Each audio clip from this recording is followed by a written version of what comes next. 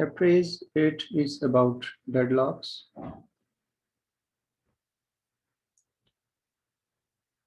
The objective of this chapter is to define deadlock and explain a system model for resource utilization and define the four necessary conditions that characterize a deadlock. Moreover, identify a deadlock situation using resource allocation graph. We will evaluate the four different approaches for preventing deadlocks and apply Banker's algorithm for deadlock avoidance. Then we will apply the deadlock detection algorithm, and finally the objective is to evaluate approaches for recovering from deadlock.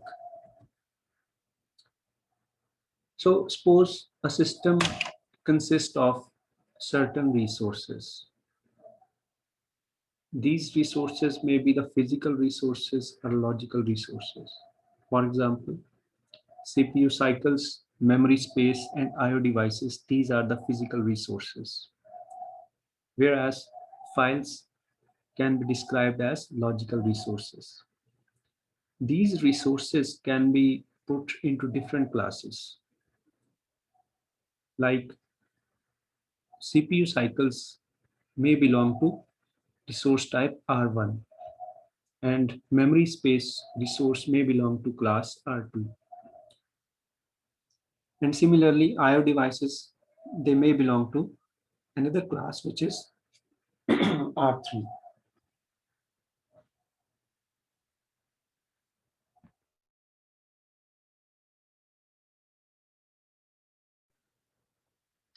Each resource type Ri has Wi instances. This means a resource may have more than one instances. For example, if we say Ri denotes a printer, in that case, there may be more than one printers which are attached to our system. So we can say that resource type Ri has more than one instances. In other words, resource type Ri, it has Wi instances, where Wi denotes the number of instances for that particular resource type. A process can utilize a resource in the following manner. It is a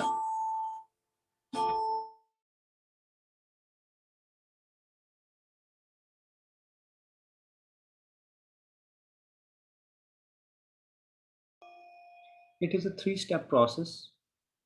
Process will first request the resource. If process need this resource to complete its execution, then process can request a resource. A process may request more than one resources of a particular type. After this, the process has requested a resource, then operating system will grant it this request and will allocate the requested resources to this process. So now the process will move to the use stage. In this stage, process will be utilizing the requested resource. When a process is utilizing the requested resource, no other process can use this resource because this resource has already been allocated to this particular process which is currently using the resource. After this, the process has used the resource. Now it will voluntarily release the resource because it has finished its execution with this requested resource. So it must release the resource so that other processes which are waiting for this particular resource, they could utilize this resource. This three-phase resource utilization process, which consists of three stages: request, use, and release. For these stages, a process may use system calls. For example, a process may use request system call to request for a particular resource, and similarly, a process may use a system call to release that particular resource.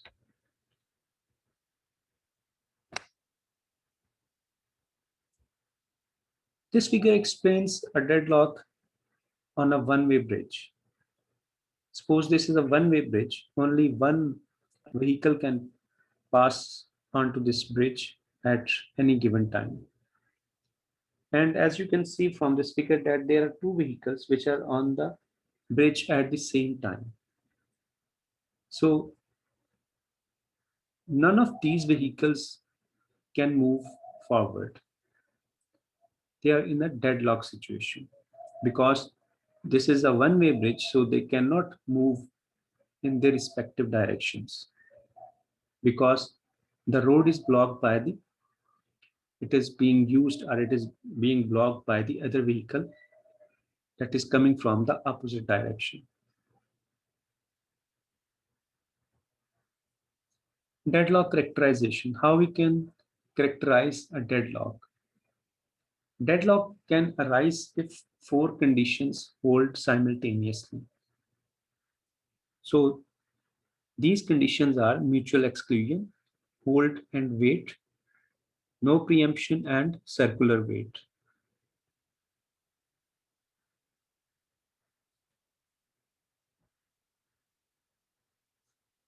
Mutual exclusion condition is that only one process at a time can use a resource. This means resource is not shareable.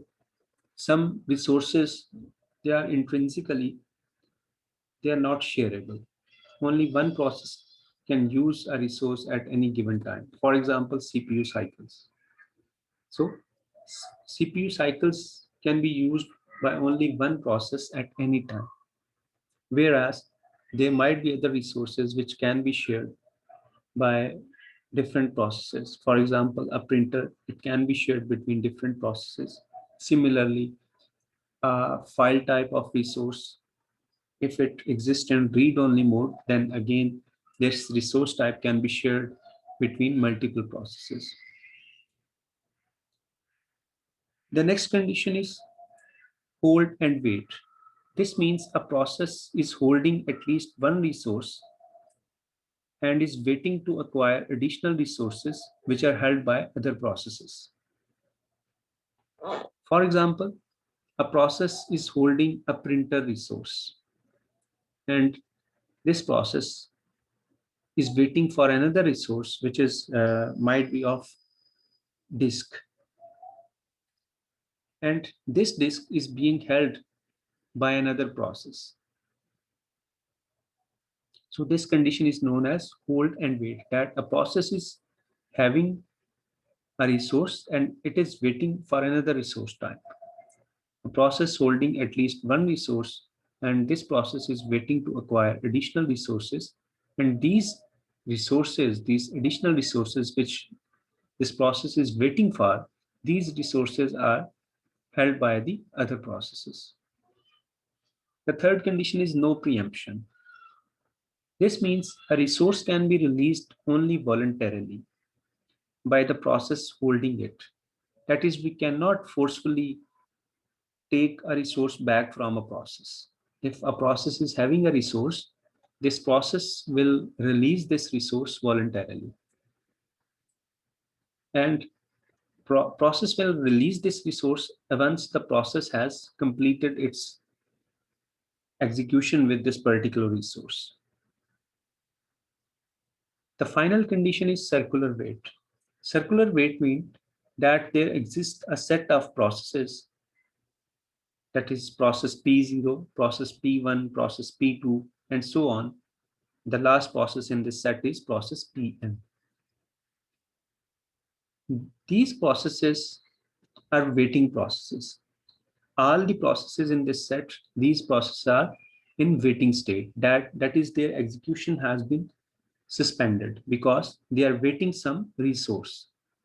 For example, process P0 is waiting for a resource that is held by process P1.